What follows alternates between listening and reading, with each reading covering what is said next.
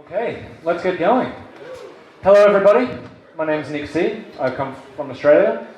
I've been a battle DJ for roughly 20 years. I've got a great interest in scratching, but I also have a great interest in trying to do creative things with technology. So what I'm here today is to talk about what I'm calling Datablism. We're all familiar with the term Turntablism. My ism is involving data. And let's have a bit of a look at what is Datablism. I like to think of Datablism as being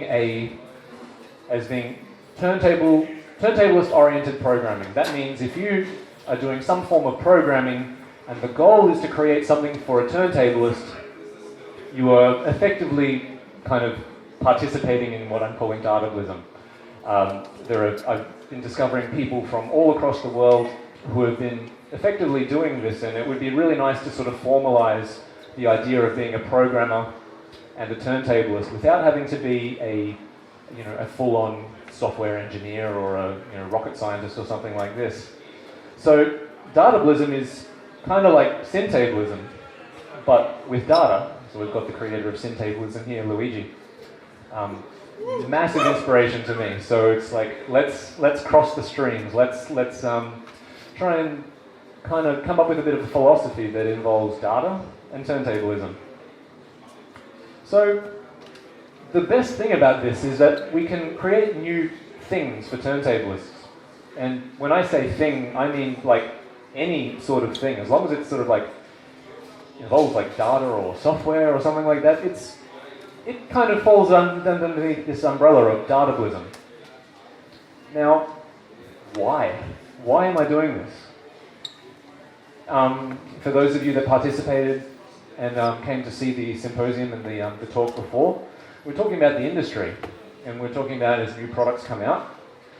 Sometimes the features may not all be there. We may be sort of limited by the features that aren't there, or it may work only sort of 90% of the way that you want it to. You need to kind of give it that extra little spice on top just to make it work just for you, because as turntablists we all champion uniqueness and creativity, and every DJ is different. Everybody thinks slightly different, everybody performs slightly different.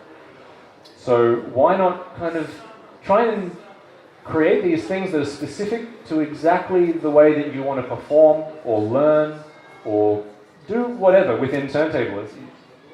So I was also talking during the panel about across all of this equipment nowadays that we've got maybe some knobs and buttons that will never get touched across the whole lifetime of their ownership. So let's try and give some purpose to these knobs and buttons. Like right in front of me I've got this switch that activates the microphone of the DJM S9.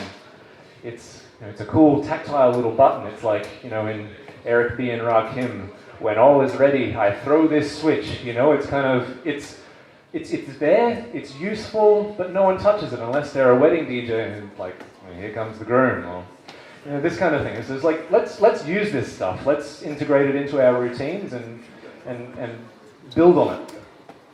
So, and the other thing is we just want to try things out. Like if you have an idea, never dismiss an idea. Don't ever think that it's too far into the future or that you're limited by your own technical expertise or anything like that. You've got to just try something out. It's all about experimentation. Like one of the beauties of turntablism is the improvisational nature of it. The fact that we are constantly learning and finding happy little accidents. Everyone's scratches are slightly different. And being able to try something out and trying out a new idea is a really cool thing. So I like to think that as turntablists, in some way or another, we're programmers as well. And you may be thinking, oh, I'm not a programmer, I don't like code, I don't like computers that much. But if you're in this world and you're using DVS software, you're constructing a routine that goes from song A to song B. You're programming a routine. You're composing it and you're scheduling a sequence of events. They have your physical movements, you're loading songs, you're hitting cue points, you're doing all of these sorts of things. So in a way, we are programmers. Whether or not we like it, we are. So let's work on that. And the other thing I really like about the idea of Datablism is that you can finely tune your rig. And when I say your rig, your DJ setup. One of the things I talked about in a lecture a little while ago is that I really love scratching with the upfader. It's one of my favorite kind of techniques. In order to scratch well with the upfader, you need to have that real sharp cutoff. You know, you need that. You need it to operate a little bit like a crossfader sometimes. But it's also nice to have it as a nice linear curve that kind of goes like this. So within Datablism, you might be able to fine-tune your rig to say that, okay, well, the Rain 72, for example, is a beautiful mixer. It's really robust. It offers all the features that I want. That at the front, I turn the curve knob for the upfader, but it just doesn't get close enough. It doesn't get that sharp curve at the top that I want, or it can't make the curve sharp at the bottom. So what do I do? Like how do I fine-tune the rig to be specific to the way that I want to play? Datablism is the answer. The fact that you can employ some form of programming to modify some of this information so it's specific to you. So, moving a little bit forward, we're all very familiar with turntablism. So it's going on downstairs at the moment, it's going on all around the world. It's a very strong DIY culture that's come up from like only the last really 3 or 4 years, and it's just incredible to see just how much passion there is. And like we've got all these little home makers, like we're talking about makers and creators and people who aren't necessarily DJs, but they've got a background in maybe, designing circuit boards and these sorts of things. Like all of these sorts of things can they pool into this really rich culture where we're like giving each other a real sort of leg up and sharing ideas and sharing little modules and all these sorts of things. So having a DIY culture is really great. And if we can kind of maybe look into this Datablism idea a bit more, we've got physical objects and then we've got customized software objects as well, which will help us along greatly. Well, that's what I'd like to think anyway. So my philosophy of Datablism is that the act of turntablism, doing the scratching, moving faders, moving a vinyl, turning knobs, doing all this stuff, you are yielding data. It's a tangible thing. You can trap a number. You can, as long as you can grab the number. That's a cool sort of thing, I like to think. I was saying just before, the nature of programming doesn't have to be hard lines of code. You don't need to be sitting there like the Matrix hacking in. It lacks that certain creativity. The final product is somewhat discrete from the code that you're looking at. So we don't have to be programmers. We don't have to use code. And another thing is we turn knobs all the time, so adjusting gain and EQ and all these sorts of things. But this right here, this is a knob. To me, this is an encoder. This is we should be treating the vinyl as a form of encoder. And for those of you who have been using Traktor for a while, does anyone know what the very inside control tone does with Traktor, if you have the parameters set up correctly? So the inside track of a Traktor vinyl, and I believe Serato as well, it's the control track. The software knows that when you've loaded onto this particular part of the control vinyl that you can actually use it to scrub your list of songs. So instead of turning and loading the next song, you could just cue onto the vinyl and choose the next song, and then the vinyl is being treated as an encoder. Why are we limiting ourselves just to interacting with our song library as an encoder? Where the beauty of Turntablism over here is the fact that we can take a form of control, so control voltage, and you are connecting it literally to whatever else you want. As scratchers, we are scratching with pitch, but that's not limiting us from connecting the pitch value to something else. And that could be, for example, moving the fader, moving the vinyl backwards and forwards, could be moving an effects parameter backwards and forwards. That's a really good idea to me. To me, I feel it would be a good idea to start turning the vinyl into a form of control. So I also feel that when you have an idea, there shouldn't really be much of a barrier between your idea and being able to create it. Like, a lot of people think, oh, I don't know any C++, or I don't know any of this code, I don't even know how to do any of this sort of stuff. So you need to find, let's look into ways that we might be able to do this programming stuff without having to be hard coders and stuff, and let's try and find something that diminishes that barrier between that idea that you might think is too difficult, and let's make it into a reality. So, what can we make with Datablism? Could really be anything. Could be a custom behavior. It could be something that automatically loads your songs for you over a series of little like operations. For example, I could press one button and it could initialize my entire DMC routine, so I don't have to make sure I've loaded the right song and set the right value of the right effects and all the presets and all that sort of thing. I can serialize my whole routine at the press of a button, and when I'm going to transition to the next part of my routine, I don't need to worry about scrolling and loading and all this sort of stuff. I can just press another button and all of a sudden I've progressed on to the next part of my routine. That's where I like the idea that you can customize the behavior of your DJ software. You can pull that rabbit out of a hat. It's just like, people were like, how did you do that? It was just like, he had the idea, he programmed it, and it's part of his specific rig. He's made that DJ a lot more unique. So, kind of what kind of made me visible to some of the turntablist world is a visualization that I've been working on.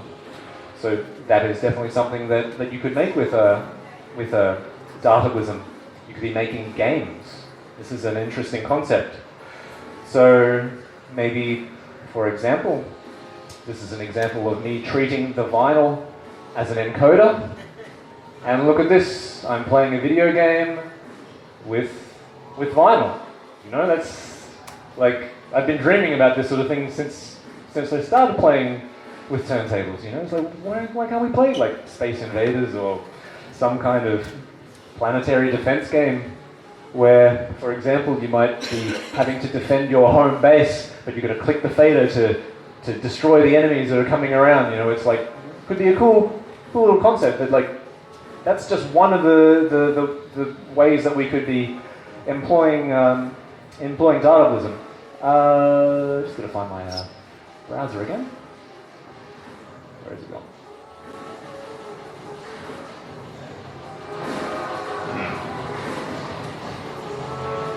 There we go.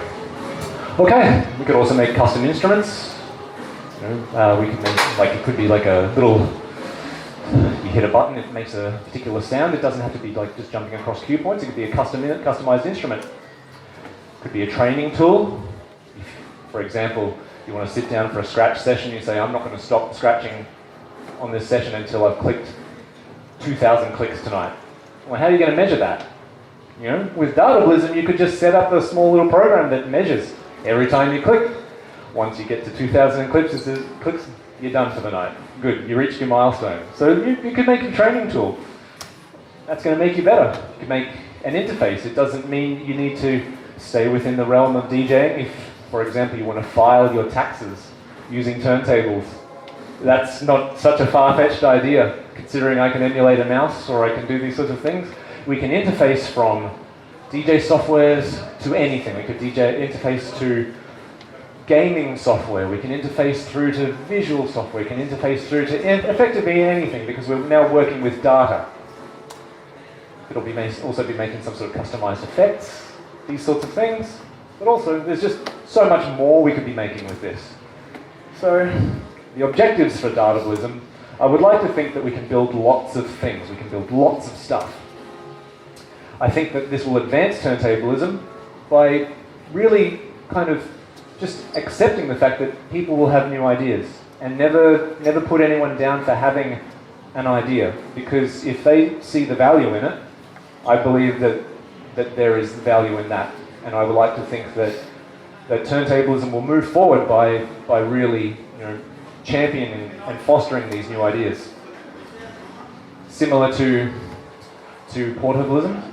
There is an emerging open source community. I would like to think that turntablists and coders and all of these minds that are sort of coming together at this festival, it's like it would be great to really formalize this umbrella, and the fact that, you know, if we can all share some of these things and really sort of demystify it and invite more people into this world who want to be involved with it. You don't need to come from a background of being a software engineer as such.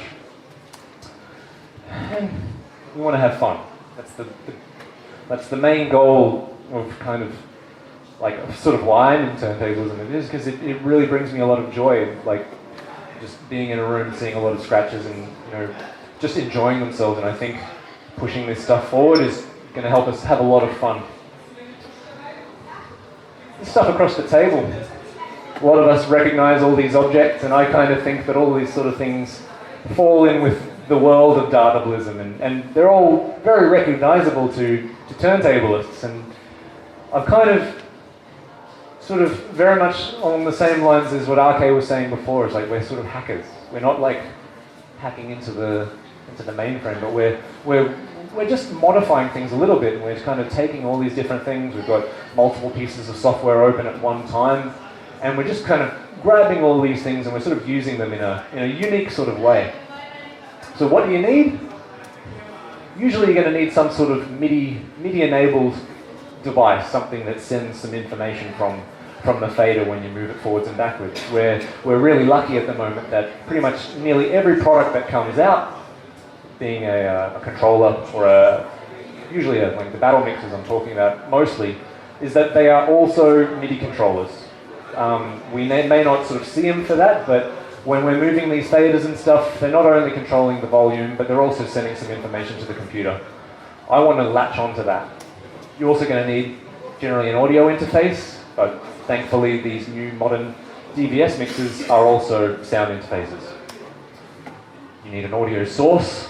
Could be your scratching input, could be a number of different things. You'd be sampling in from external inputs or something like that. You're going to need some timecode vinyl, you're going to need a phase, you're going to need a catalyst tracker, hello Bob, or both. It's really good to have both. The fact that we could be using a phase unit to track the movement of something, but it also frees back up the tone arm to put on any type of vinyl you want. And then you could be perhaps extracting the positional data, the rotational data of the vinyl, but we also get back that physical vinyl. Some people feel like, oh, I don't like scratching on DVS, it's just not accurate enough. You know, I can feel the latency. Like, some of us can really feel that latency, and if someone really prefers scratching on their favorite scratch vinyl, like someone's got their favorite R sample, it's got that perfect sonic quality that you like, you have a cue over that and you can scratch on that as your audio input, and you can still benefit from extracting the data from the phase unit or the catalyst tracker, and these new wireless devices that are helping us extract that fantastic data from what we're performing with. Going to need some DVS software usually. Traktor, Serato, could be Mix, could be Xwax, the other open source product. But as long as you get some DVS software, it's generally a good help. You're going to need a programming environment. Now this is the part where it kind of gets to be a bit scary. It's like, okay, like I'm going to be doing this programming stuff.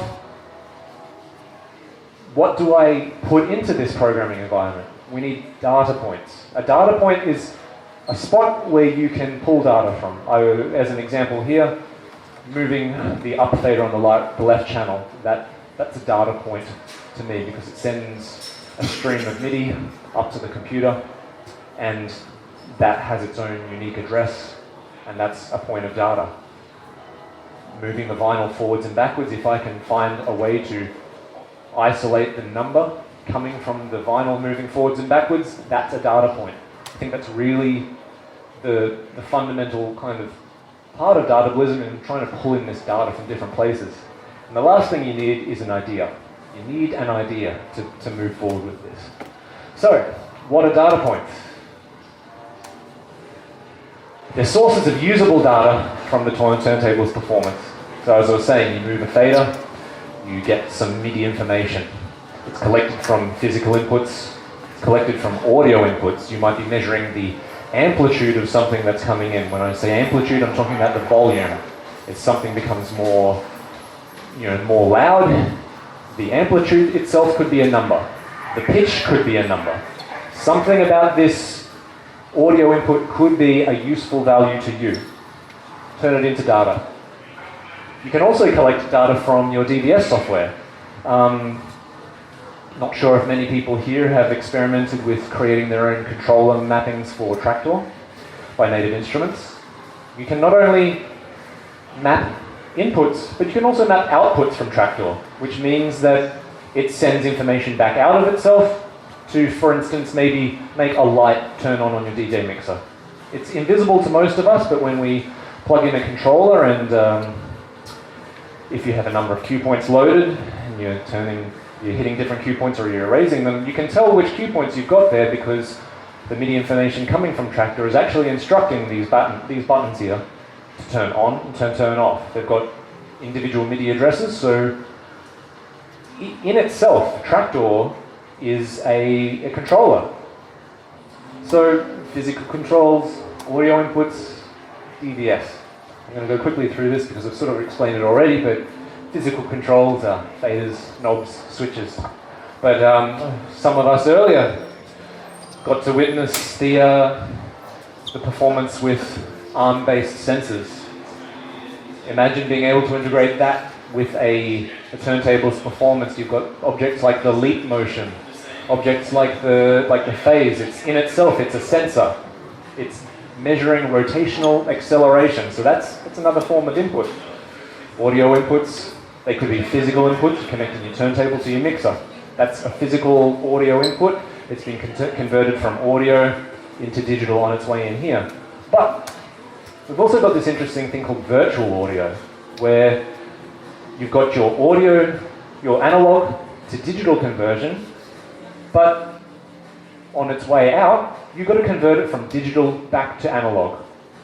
But that's kind of like, that's a little bit limiting. Like, what if you wanted to pass your audio signal sideways to another piece of software? The traditional way is you connect it from an output to another input. But as we all know, the problem with this is you're introducing some latency. The conversion from analog to digital, back to analog, back to digital again, just to get the audio again. It's just like, that's a little bit kind of crazy. So virtual audio is where you can pass the audio from pieces of software to each other without converting them back to analog again. We're remaining in the digital domain. So that's a cool kind of idea. The DVS software takes these different pieces of data, and then, as I was saying before, some of the most, the fundamental data points are something like your fader position, when you're clicking the fader, moving it from left to right, or when I say needle velocity, that's the speed at which your vinyl is traveling forwards and backwards. If it travels forwards, it's going to be a positive number. If it's traveling faster forwards, it's going to be a larger number. Going backwards, we're going into a negative number, and as we go backwards further, it's going to be turning into a larger negative number. And when your vinyl is still not moving, 0. So you're going to get a 0 value. So these pieces of software that we've got Traktor Pro. Some of the pros of Traktor is that we've got advanced MIDI mapping capabilities. It's got open sound card support now, so in Traktor Pro 3 you can actually choose any sound card you want. You don't have to be limited to a Native Instruments branded sound card. You can plug in a Pioneer S9, you can plug in a Rain 72. We are now no longer limited by having a manufacturer locked sound card handshake sort of thing. So that's really good. It's got an internal mixer, so that means the mixing can be done all within Traktor. That's kind of cool. I think Serato sort of has this, but it's not in the same degree. Those of you who use Native Instruments Z2 will probably already know that the Z2 itself is a controller. You actually use it with Traktor in internal mixer mode. So when you move your fader left to right, you're actually moving your software fader left to right. It's got a wide range of data points. You can send this data out of Traktor and you can send it to lots of other things. But unfortunately there are some cons with anything.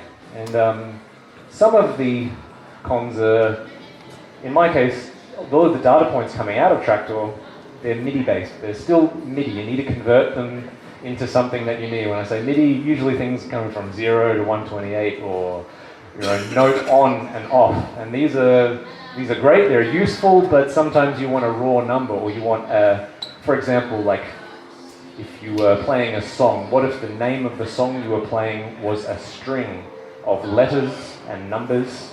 And that could actually be useful. It could actually be, it's a useful thing, but unfortunately, when you're locked in the MIDI world, you kind of have to massage that data into what you want it to do.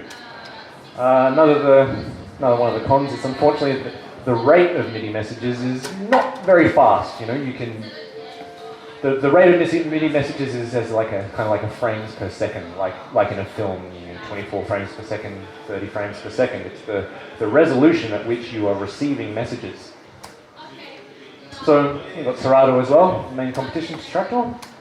The pros for Serato is it's also got some useful data points. It's got a direct OSC link. I call it a backdoor because not many people know about this. It's an interesting thing. So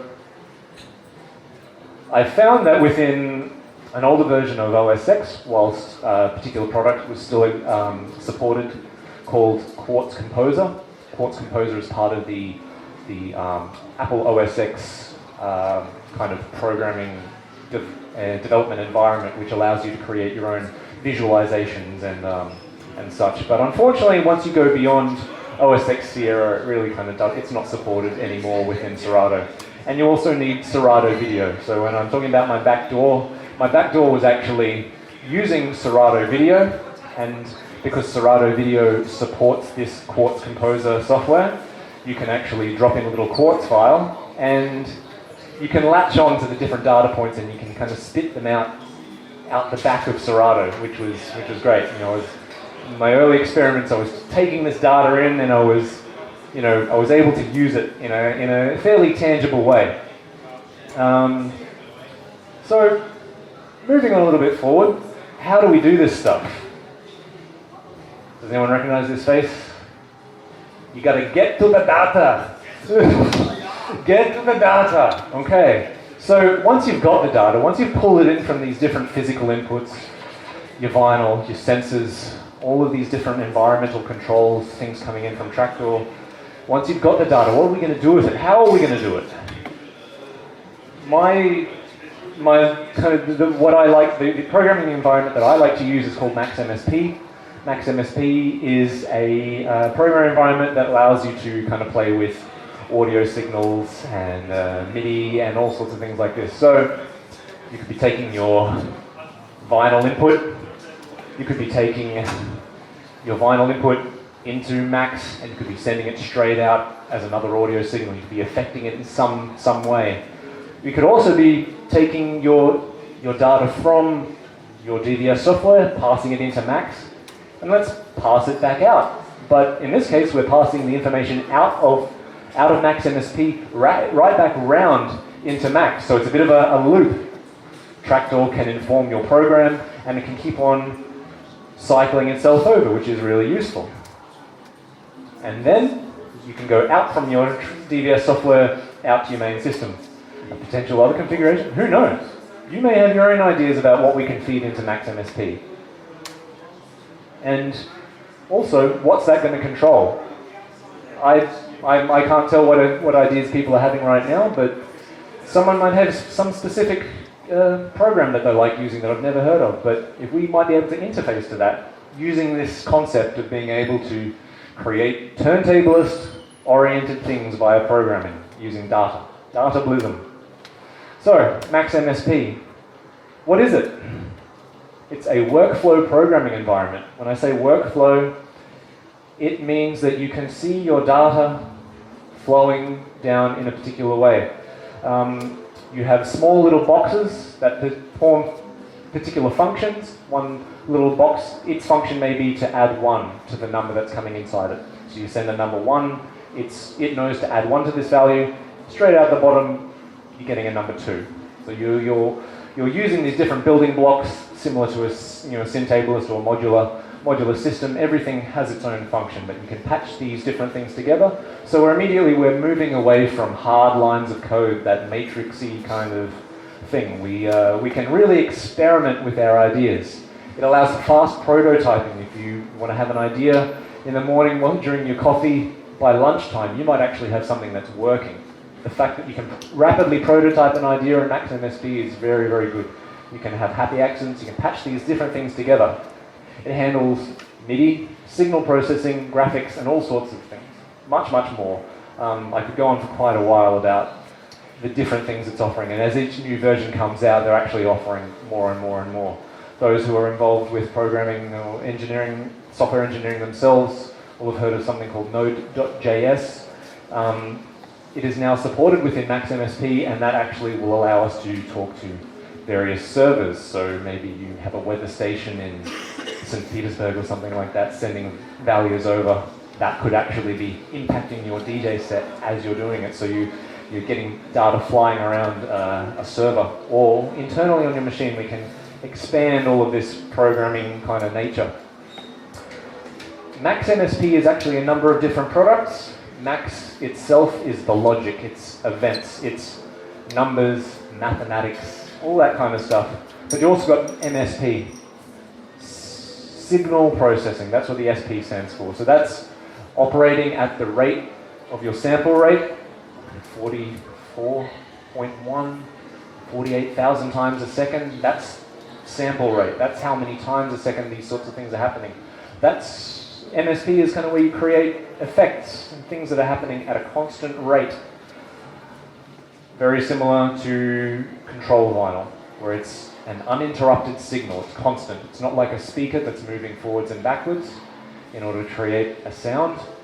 It's all the way forward. Always, always, that's a constant signal. So, you've also got jitter, which is a video environment. You can actually create graphics, procedurally generated pictures, all sorts of things. But let's start getting into it. The reason kind of why I'm here is I began turntablism a bit of a while ago. I was a high school kid, really had this interest in turntablism, but I was probably the only one. I had no friends to really sort of talk about scratching with, so somewhat of not an outcast, but I was, I felt somewhat, by myself, and I would bring this booklet with me to school. Does anybody recognize this booklet that we got on the screen here? This here is very important to me, very important to quite a few turntablists out there. This is the turntable transcription methodology. This book was published roughly in year 2000, Raymond Pirtle, Ethan Immerden, John Carluccio. I believe the first document that originated from roughly 1999, written by Raymond Pirtle, DJ Radon, who's also spoken here at the Sample Music Festival. Radon is extremely academic about researching the histories of notation and also wanting to really delve in at an academic level how to notate our scratching. And he's developed a methodology that we've all grown to really accept, and it's a way of showing what our scratches look like in a linear fashion as a what I call a sort of sinusoidal wave, a sine wave which moves in a flow. In this particular example you can see the movement of your vinyl forwards and backwards, and you can also see the points at which the vinyl cuts off. That's one form of notating it, but you also have some different ways of describing the scratches as well, where you have nodes. Nodes, I'm talking about little dots on the waveform. These dots inform a click.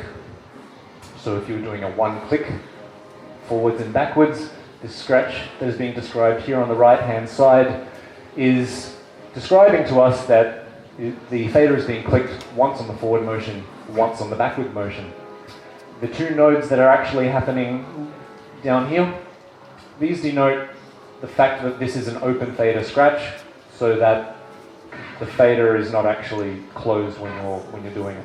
So, you know, I would bring this book to school like every day, and I was dreaming of something that would be able to help me turn this stuff into something I could see. There's a term that I became familiar with because of an Australian sound artist called Robin Fox. Robin Fox is a laser artist, and he turns the sonic sounds of harsh noise from his performances into laser visualizations. And he uses the term mechanical synesthesia. And when I say mechanical, he's talking about the mechanical movements of the sinusoidal wave from the oscillations. You can hear or you may not be able to hear the oscillations, but that's a mechanic in itself. And the synesthesia part is the fact that your senses can somewhat blend. Some people, for example, have a form of synesthesia where they may see a color and all of a sudden they're tasting something. You know, it's a blend of senses. To some degree, I felt that I lacked what would be called the mechanical synesthesia of moving the vinyl. I know the movement, I know the sound in my head of the scratch that I'm performing, but if I were to go to a friend and try to notate in this fashion, you know, there'd be something missing. I think there would be something very discreet about the technique that I'm performing that I may not be able to see, and I find it difficult to see the visual in my head of what I'm performing based on this form of notation. So I really wanted to sort of create something that was like a live notation visualization machine that would show me in real time what my scratches look like. So along my journey, you know, sort of playing around with this sort of idea for sort of, I guess, roughly 10 years or so, I kind of discovered this name, Matthew Kimeswa.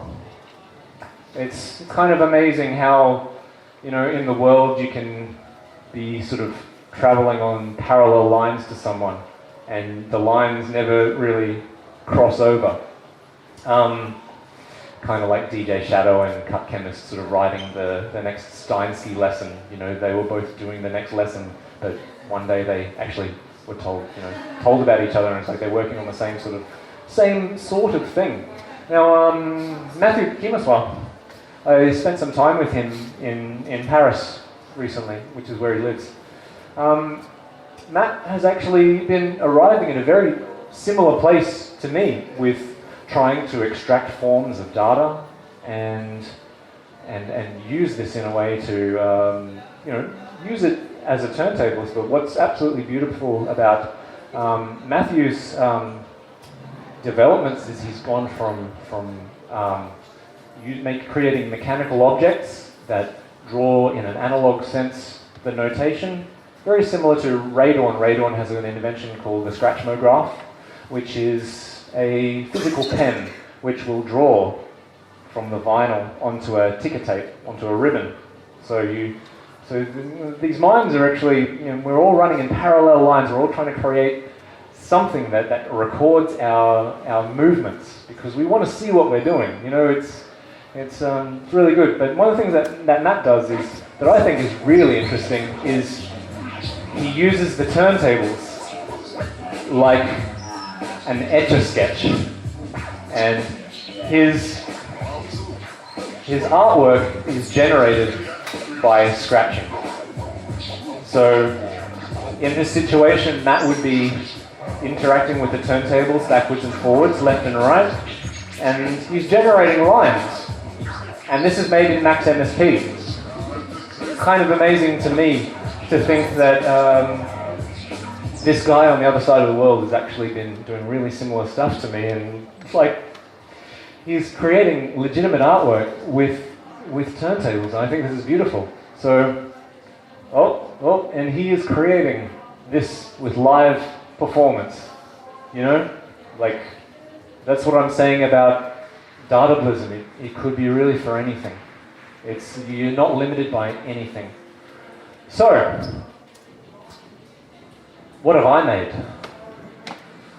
I have been working for a while to try and build something that brings Radon's teachings of TTM to life. I've wanted to turn it into a living kind of thing. Like I wanted to really kind of turn it into something that just shows me what my scratches do. And all of this spaghetti here represents quite a few years of failing and trying and trying and trying and trying. But now I'm at a point where I can actually turn it into something that looks a little bit more neat, and I've got these different things. So, how does it work?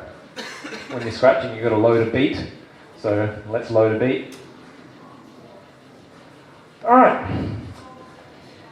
You want to choose which inputs your timecode signal is coming from. In this particular case, I've got a phase unit, and it's being connected to the analog input of this particular max patch. We can also set the tempo. We can also set the various other things. So, but I guess what everyone's really excited to kind of see, and I'm sure everyone is fairly excited to see what it is that I've made. So, I guess without further ado, I guess I'll just have a quick little scratch.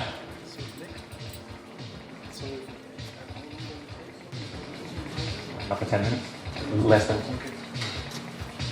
Okay.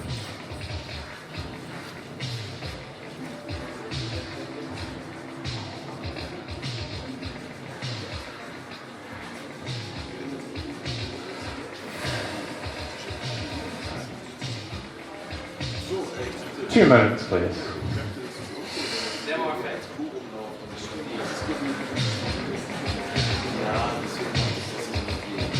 What's going on? Yeah, just bear with me for one moment. Just going to confirm everything works.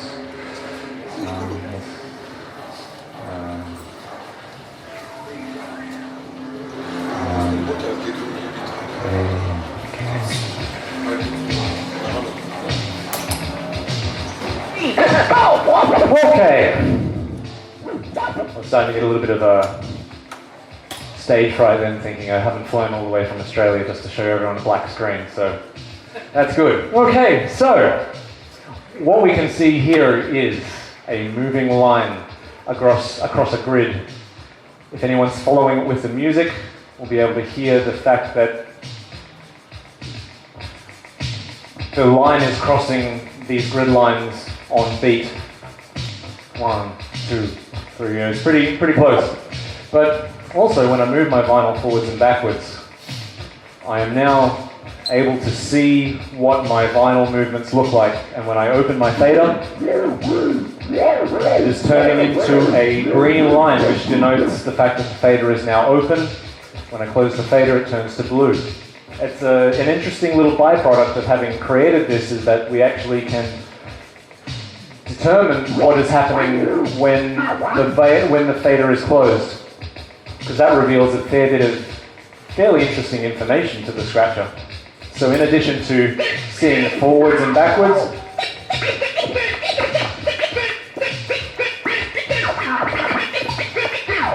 so my scratching is being represented in formal TTM notation. I'm sure a few of us in the room have been kind of wanting something like this for a bit of a while, and I think it represents quite a few years of work and trying for me, but I feel that the latency of this is fast enough for me to be actually able to respond to what I'm seeing on the screen. As an example, I had a DJ student recently where I was trying to teach them baby scratches. I was trying to teach them small, small, big, small, small, big, small, small, big. And their scratching was actually looking like this. And as we can see here, this point here, that's the bad spot. So that's what I want them to eliminate. And so I said, don't go past that line. So, okay. Well, and the student was able to say, oh, okay, cool. I can see this is where I'm going backwards a little bit too far. And that's what I'm talking about. The latency is actually beneficial to the learner to actually see what they're doing in real time. And what I feel is particularly great is the fact that we can do these fundamental scratches, and they look the way as if they were prescribed on paper.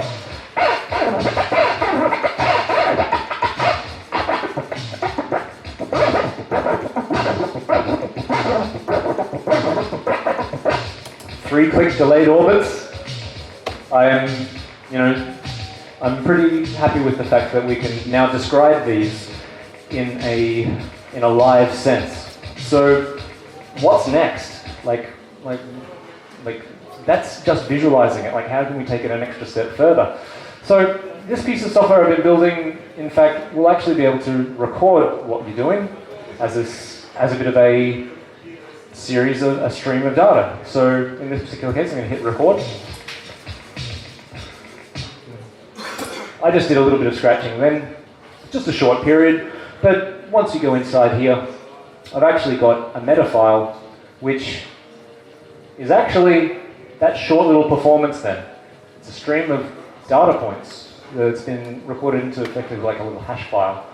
So I've got the data.